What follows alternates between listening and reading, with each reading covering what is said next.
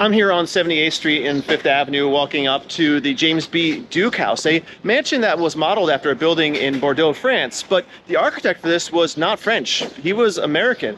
In fact, the story of his career, both the successes and limitations, reflect the complex story of this country. The house was built for wealthy tobacco magnate James B. Duke and his wife Nanaline. Both were originally from the South, and as outsiders in New York's upper crust, they sought to build a house that would impress their wealthy peers but not be in bad taste. The Dukes turned to architect Horace Trumbauer, who, along with chief designer Julian Abel, created a house modeled on something classic, a building in France called Chateau La Botière.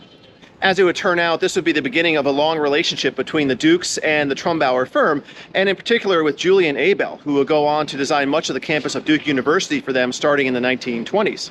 At the time, it was still the Jim Crow era in the South. In fact, Duke University did not even admit any black students until the 1960s. But ironically, by that point, a black person had already made a huge impact on the school, none other than Julian Abel. He was the University of Pennsylvania Architecture Department's first black graduate in 1902 and would go on to become possibly the most accomplished black architect of his era. After traveling through Europe, he joined Trumbauer's firm in 1906 and formed a close working relationship with its namesake. Within 3 years, he was helping design the Duke House. We don't know if the Dukes ever met Abel or knew he was black, despite all the work he would do for them.